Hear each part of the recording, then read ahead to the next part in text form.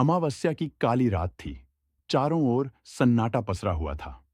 गांव से दूर जंगल के किनारे पर एक पुराना हवेली खड़ा था, जो अब सुनसान हो चुका था। कहा जाता था कि उस हवेली में कोई रहता नहीं था, परंतु हर रात वहां से चीखों की आवाजें आती थीं। लोग उस हवेली के पास जाने से डरते थे, लेकिन रमेश को इन बातों पर विश्वास नहीं था।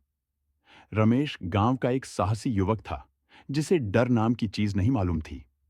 एक दिन दोस्तों के साथ बातचीत में उसने उस हवेली की कहानियों को महज अफवाह समझकर हंसी में उड़ा दिया। दोस्तों ने उसे चुनौती दी, अगर तू इतना ही साहसी है तो एक रात उस हवेली में गुजार के दिखा। रमेश ने चुनौती स्वीकार कर ली और उसी रात वह हवेली की ओर चल पड़ा। रास्ता सुनसान था, पेड़ हवा में हिल रहे थे और उनके पत्तों की सरसराहट से अजीब सी आवाजें आ रही थीं। हवेली के पास पहुंचते ही रमेश ने महसूस किया कि वातावरण में कुछ अजीब सा था, लेकिन उसने खुद को शांत रखा और हवेली के अंदर चला गया। हवेली के अंदर का माहौल और भी डरावना था। पुराने फर्नीचर, धूल की मोटी परत और दीवारों पर जाले थे। रमेश ने अपने साथ लाई हुई टॉर्च जलाई और इधर-उधर देखना शुरू किया। तभी अचानक से एक दरवाजा अपने आप खुल गया। रमेश चौंक गया, लेकिन फिर भी हिम्मत जुटाकर उस दरवाजे की ओर बढ़ा। दरवाजे के पीछे एक सीढ़ी नीचे की ओर जाती थी। रमेश सीढ़ियों से नीचे उतरा और एक अंधेरा तहखाना सामने आया। वहां हवा ठंडी और भारी थी, जैसे कोई छिपी हुई चीज सांस ले रही हो। रमेश ने टॉर्च से इधर उधर देखा, तभी उसकी टॉर्च बंद हो गई। कमरे में घना अंधेरा छा गया। तभी रमेश को अपने पीछे किसी की धीमी धीमी सांसें सुनाई देने लगीं। रोंगटे खड़े हो गए। वह पलटा, लेकिन वहां कोई नहीं था।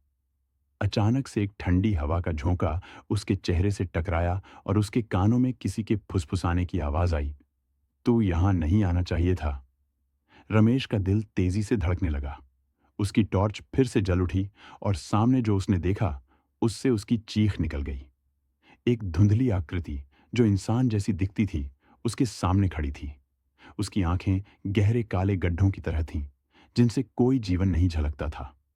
रमेश को समझ में नहीं आया कि वह वहां से कैसे भागे। उसने दौड़ लगाई। सीढ़ियां चढ़ते हुए वह कई बार गिरा, लेकिन उसने मुड़कर पीछे नहीं देखा। किसी तरह वह हवेली से बाहर निकला और पूरी ताकत से गांव की ओर भागा। अगली सुबह लोग उसे बेहोश अवस्था में गांव के पास पाए। जब वह होश में आया तो उसकी जुबान से सिर्फ एक ही बात निकली, वह हवेली, वो जिंदा है। उस दिन के बाद रमेश कभी पहले जैसा नहीं रहा। हवेली की ओर किसी ने जाने की हिम्मत नहीं की। लेकिन एक बात सभी समझ गए थे, कुछ रहस्य ऐसे होते हैं जिन्हें उजागर नहीं किया जाना चाहिए।